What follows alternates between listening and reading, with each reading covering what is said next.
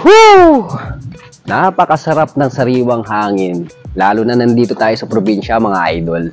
Kung gusto mo ng sariwang hangin at kapayapaan sa pag-iisip, ay sakto sa probinsya ang lokasyon para sa mga very stressful life na siguradong magpaparelax ng katawan mo.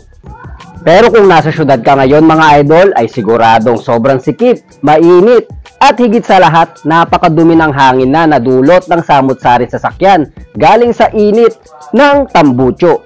At dahil dyan mga idol, unti-unti na ngang nag-iiba ang klima na di naaayon sa panahon. Kung tag-ulan ay sobrang init naman, kung tag-araw naman ay maulan. Kaya siguro panahon na mga idol na para maiba naman at iligtas natin ang ating mahal na planeta para sa mga susunod na henerasyon. Ang Yamaha ay gumagawa ng hakbang ngayon mga idol sa pamamagitan ng pagdevelop ng very convenient, eco-friendly, and most important, with non-emission smoke galing sa motorcycle. At ito na nga mga idol, ang kauna-unahan nilang electric maxi scooter na bilang comfort ang hatid nito sa riding experience, kung hindi makakatulong din ito sa pagpapanatili ng kalinisan ng hangin at pagre-reduce ng init sa ating kapaligiran.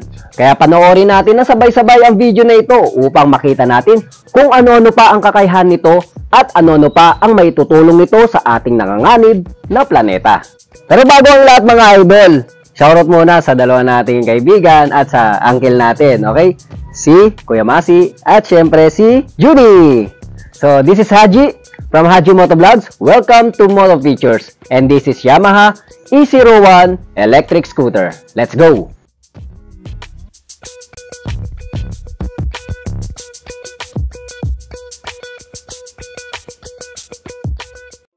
Nakakabahala na talaga ang pagbabago ng klima sa ating mundo. Dala ng mga polusyon, hatid ng usok ng mga pabrika, polluted ocean, overpopulation at syempre sa mga usok galing sa ating mga sasakyan. Over million of car and motorcycles ang nabebenta all over the world. At imagine, if sabay-sabay na gagamitin, ay talagang lilikha ito na matinding init sa kapaligiran. Kahit alam natin na mayroong solusyon na para maging eco-friendly ang ating mga sasakyan tulad ng iba't ibang stage ng Euro compliance, ay di sasapat para ito ay makatulong na mag-iba ang temperatura ng ating mundo. Kaya kailangan na natin baguhin ang sistema para sa mga bagong henerasyon. At dahil sa konsepto na yan, ang Yamaha ay naglunsad ng kauna-unahan nilang electric scooter na magbibigay ng comfort experience while taking good care of our beloved Mother Earth. Kahit samahan nyo kung talakayin, busisin at suriin ang Yamaha E01 na electric scooter 2022. Okay? Let's go! Pero bago ang lahat, meron muna tayong isa-shoutout. Okay? Let's go! Shoutout nga pala kay Sir Moto. Ito si Sir Moto. Ay, mga brothers on the wheels. Kapwa motovlogger ko to si Haji na Moto Huwag nyo kakalimutan mag-subscribe dito sa kanyang YouTube. At kung mahihilig na kayo sa mga motorcycle review, ayos na ayos ang content nito. Tapos follow nyo na rin yung kanyang page. At syempre, i-share nyo na rin yung mga episode niya sa Facebook para makatulong sa mga naghahanap ng mga motos. Alright mga brothers? Sir Moto nga pala guys. Subscribe po. Alright, thank you. Ang Yamaha E01 ay isang electric scooter na masasabi natin na ito ay pwedeng maging future motorcycle.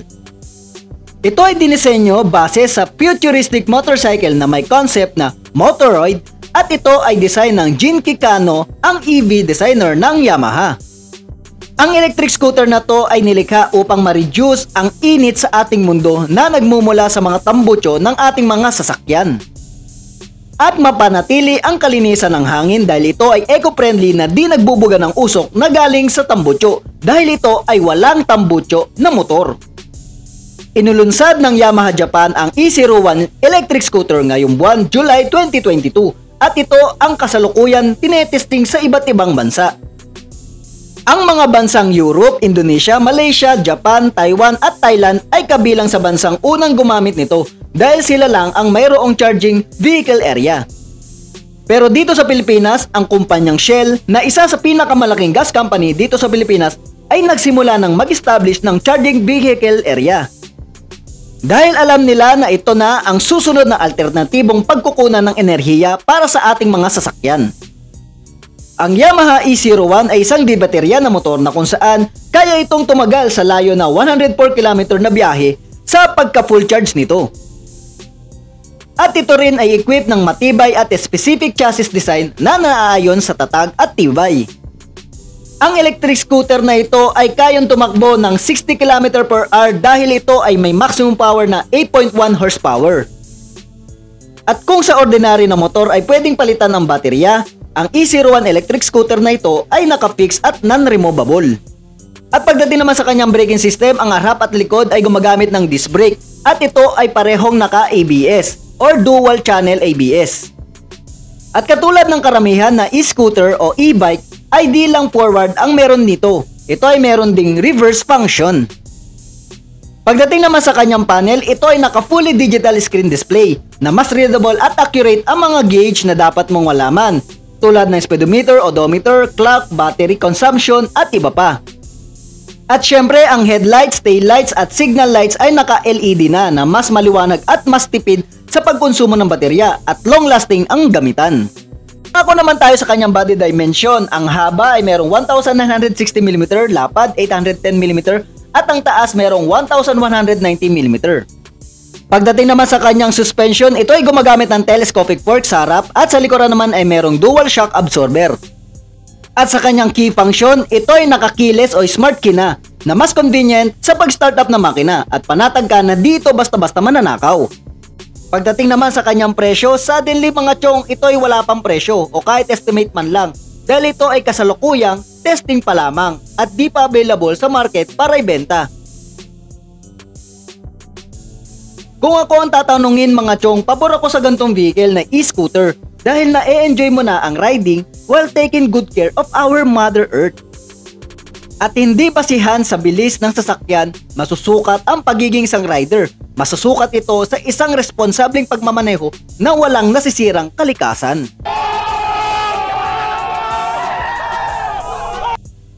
Ang tanong mga chong, kaya mo bang palitan ang gasoline motor mo para sa eco-friendly electric scooter o electric vehicle para sa susunod na henerasyon? O wala ka talagang pakialam sa mundo at alam mo lang magmaneho na magmaneho hanggang sa madedo?